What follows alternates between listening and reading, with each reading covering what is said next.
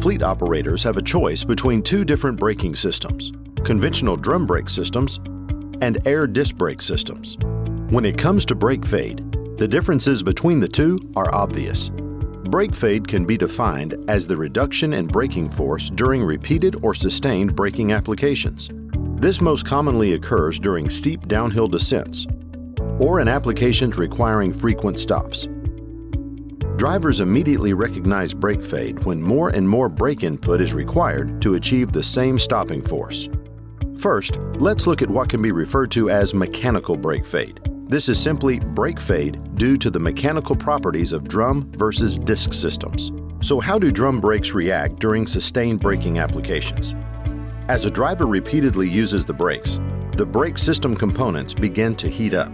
The friction between the brake shoe linings and the drum begins to significantly increase the temperature of the drum itself. As the drum temperature increases, it actually begins to expand, physically moving the inner brake surface of the drum further away from the brake shoe linings. The driver begins to experience brake fade and is required to add more and more force to the brake pedal. Further, the actual physical limit of the brake chamber pushrod is reached.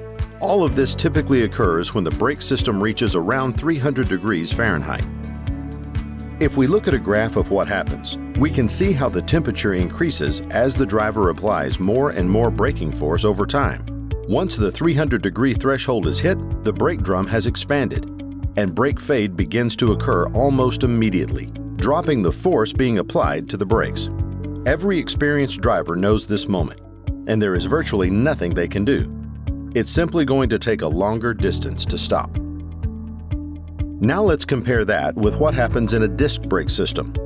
Again, as the driver repeatedly uses the brakes, the brake system components begin to heat up. The friction between the brake pads and the rotor begins to significantly increase the temperature of the rotor. As the rotor temperature increases, it begins to expand, just as the drum does. The difference is, this time the braking surface of the rotor has physically moved closer to the brake pads. As the driver goes to apply the brakes, absolutely no brake fade will occur. If we look at our graph now, we can see how the temperature increases as the driver applies more and more braking force over time. Once the 300-degree threshold is hit, the brake rotor has expanded, and the braking force actually begins to increase. With disc brake systems, brake fade is simply not an issue and will not impact stopping power.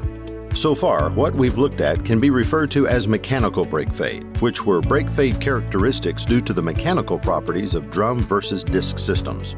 There is another type of brake fade known as frictional brake fade. This involves what occurs between the actual frictional surfaces where the braking occurs. On a drum brake, it occurs where the brake shoe lining surface contacts the drum surface. And on a disc brake, it occurs where the brake pad surface contacts the rotor surface. The vast majority of drum brake pads are manufactured with a friction material that is held together with resin. Issues arise, however, when the brake lining reaches temperatures above 600 degrees Fahrenheit. Once that temperature threshold is reached, the resin in the brake pads actually begins to break down and glaze over, essentially causing the frictional surface of the brake pad to lose its friction properties. If we look at a graph depicting this, as the resin-based pads hit 600 degrees, their frictional properties begin to fall off dramatically. When that happens, it leads to more pronounced brake fade in the drum brake system. Nearly all disc brake pads, however, are manufactured with a mixture of metallic and ceramic friction material. The advantage of metal or ceramic material in disc brake pads is that it creates frictional properties that don't begin to decline until the system reaches approximately 1500 degrees Fahrenheit. Again, if we look at a graph depicting this, as the metal-based pad goes past 600 degrees, its frictional properties are unchanged. It is not until around 1500 degrees that we begin to see a fall-off in braking performance. So to recap, the drum brake system experiences mechanical brake fade at 300 degrees Fahrenheit and further experiences frictional brake fade at 600 degrees. The disc brake system didn't experience mechanical brake fade at all and only begins to experience frictional brake fade at 1500 degrees Fahrenheit. Which system would you rely on for your fleet operations?